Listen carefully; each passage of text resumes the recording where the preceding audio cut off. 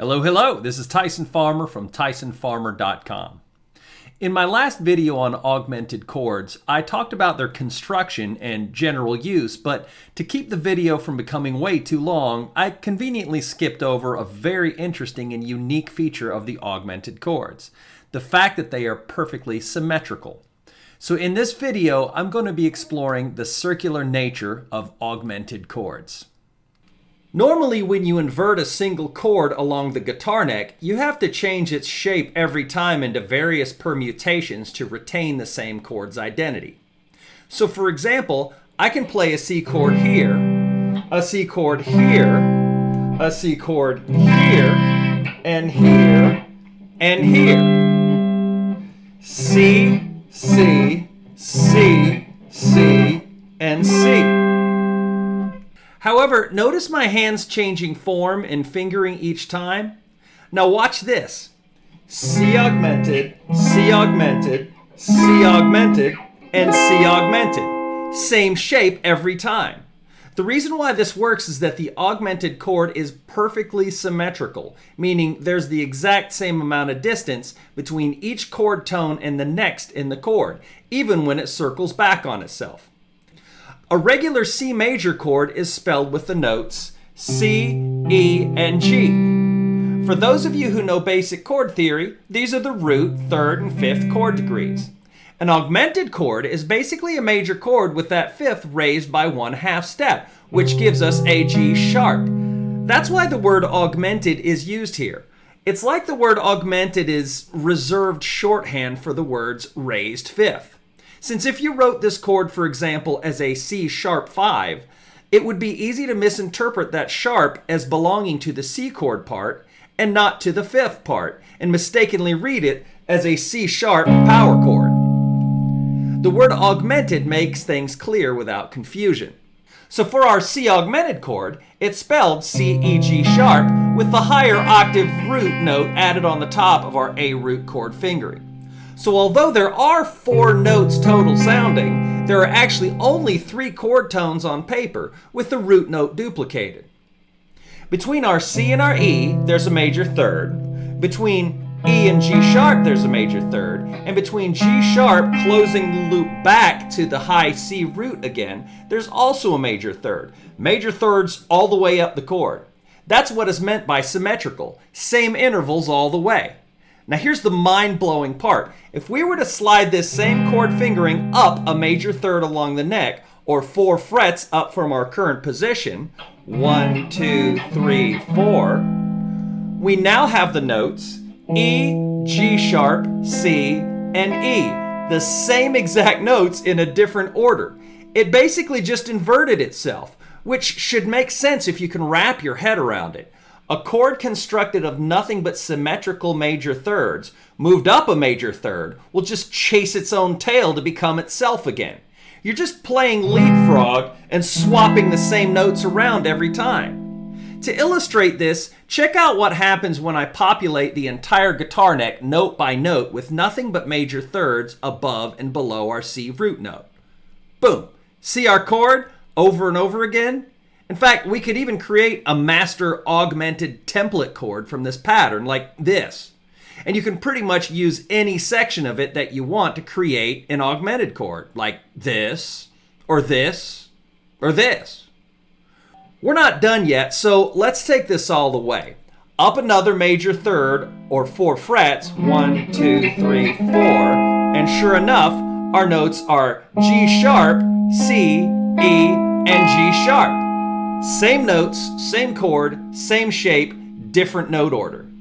Now since there are only 3 notes in the chord, and we've already used up all 3 as lowest sounding roots, our next chord should bring us back to where we started with a root C, but an octave above where we started.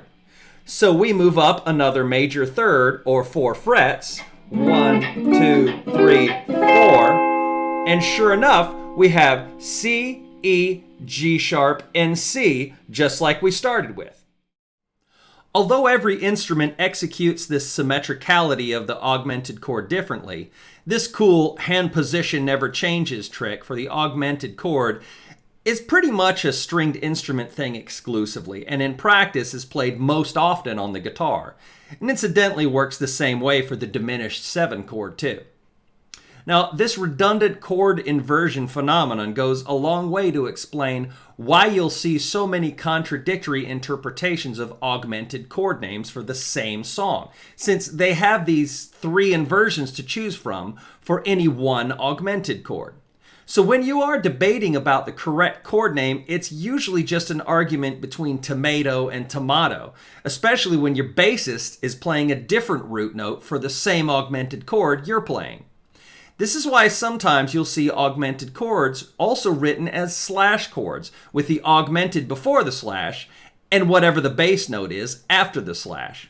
However, when you think about it, it's also a very forgiving chord. You have 3 options to name it at any given time, since you could also think of any of these 3 chord tones as potential roots.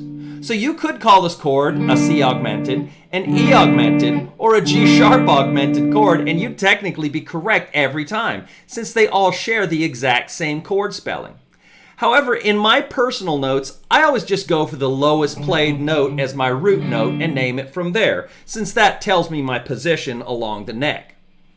Now, since these 3 chord inversions are technically all just different names for the same chord and can be used interchangeably, this brings up an interesting philosophical question. How many actual augmented chords are there in existence? Well, since you technically have the same chord over again every 5 frets, that leaves 3 available frets between the first and second inversion of the same augmented chord as potential roots of other augmented chords. 1, 2, 3 other potential augmented chords before you hit the next inversion of the first chord. Account for all their corresponding inversions basically being the same chord, and that leaves us with 4 possible augmented chords in existence. Anytime you can use the augmented chord and you have the space to do it, you can also use that symmetrical trick by taking whatever you're playing and sliding it up or down 4 frets at a time.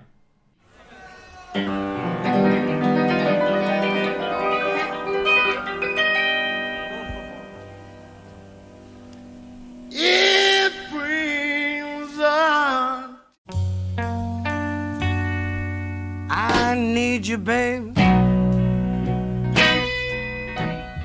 Yeah, you know it's true. However, I wouldn't recommend you try it like everywhere.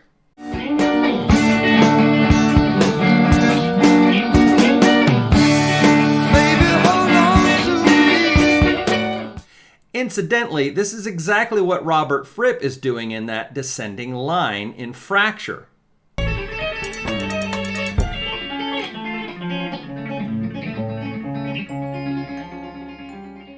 Now, if most of the stuff I talked about in this lesson left you a little confused, or you even got some of it but want to further sharpen your music theory knowledge and playing skills, I recommend checking out the links below for how to sign up for any of my online classes.